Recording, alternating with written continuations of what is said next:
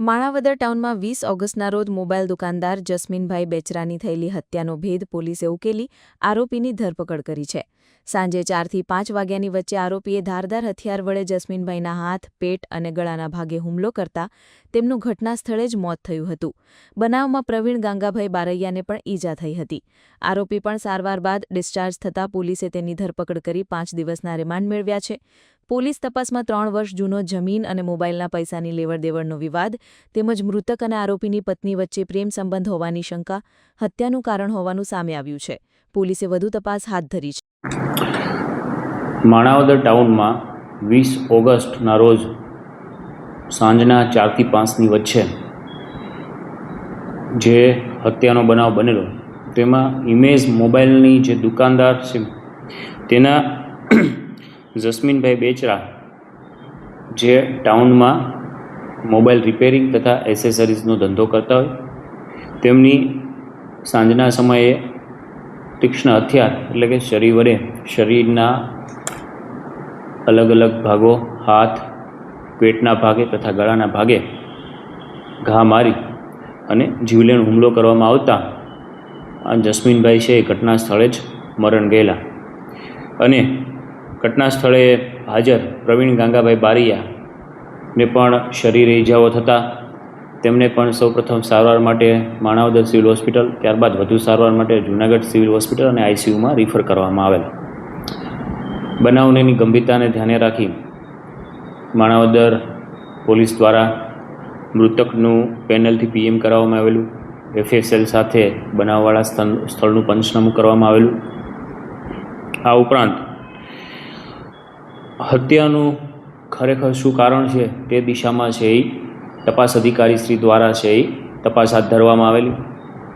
આરોપી છે એ એકાદ વીક જેવું છે સિવિલ હોસ્પિટલમાં આઈસીયુમાં એડમિટ રહેલો. ત્યાંથી હોસ્પિટલમાંથી ડિસ્ચાર્જ થતાં આરોપીને પોલીસ દ્વારા છે એરેસ્ટ કરવામાં આવેલો અને નામદાર કોર્ટમાં રિમાન્ડ માટે માગણી કરવામાં આવતા નામદાર કોર્ટ દ્વારા છે 5 દિવસના રિમાન્ડ આપવામાં આવેલા. આરોપીનું ઓળખ પરેડ મામલતદારશ્રીની હાજરીમાં પૂર્ણ કરવામાં આવેલી છે. આરોપીને યુક્તિ પ્રયુક્તિથી અલગ અલગ પોલીસ અધિકારીશ્રીઓ દ્વારા વિશ્વાસમાં લઈ અને આ હત્યા કરવા પાછળનું કારણ શું તે બાબતે પૂછપરછ કરતા આરોપી પ્રવીણ બારૈયાના જણાવ્યા મુજબ પોતે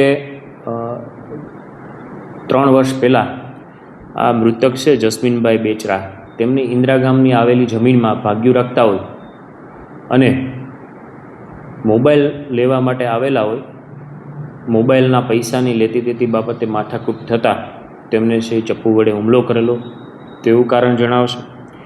આ ઉપરાંત એક કારણ એ પણ આપી રહેલ છે કે આ મૃતક તથા આરોપીની પત્ની વચ્ચે પ્રેમ સંબંધ હોવા બાબતે આરોપીને શંકા હોય અને માત્ર આ શંકાના આધારે આરોપીએ છે એ ભૂતકાળમાં જસ્મીન બેચરા સાથે છે તેમને બોલાચાલી થયેલી. આ અદાવતને રાખી અને પોતે છે એ મૃતક ઉપર જીવલેણ હુમલો કરવાની હકીકત જણાવતો હોય. આમ હાલ આરોપી છે એ પૈસાની લેતી દેતી, મોબાઈલ માટે અને પ્રેમ સંબંધની શંકા આ બંને અલગ અલગ છે એ કારણ જણાવી રહેલો છે. નામદાર કોર્ટ દ્વારા 31 ઓગસ્ટ સુધીના રિમાન્ડ આપવામાં આવેલા છે.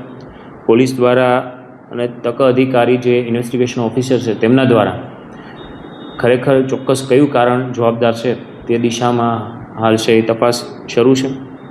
આ ઉપરાંત આરોપી વિરુદ્ધ આ ટાઉન વિસ્તારના સીસીટીવી કેમેરા, આ ચપ્પુ છે એ આરોપી શીલમાંથી લાવેલો અને જે દુકાનેથી ચપ્પુની ખરીદી કરેલી ત્યાંની પણ નિવેદન, આ ઉપરાંત બનાવ સ્થળે જે નજીકમાં જે વેપારીઓ છે તેમના નિવેદનો, અલગ અલગ મજબૂત પુરાવા મેળવવા માટે છે તપાસ કરનાર અધિકારીશ્રીએ હાલ છે એ તપાસ હાથ ધરેલ છે. આરોપીની જે પૂછપરછમાં સામે આવ્યા મુજબ તેણે જે મૃતક ઉપર જીવલેણ હુમલો કર્યા બાદ પોતાને જાતે જ ઈજાઓ પહોંચાડેલી અને આરોપીએ પોતાની પાસે જે ચરી રહેલી તેના વડે છે એ 7 ઘા પોતાને જ મારેલા.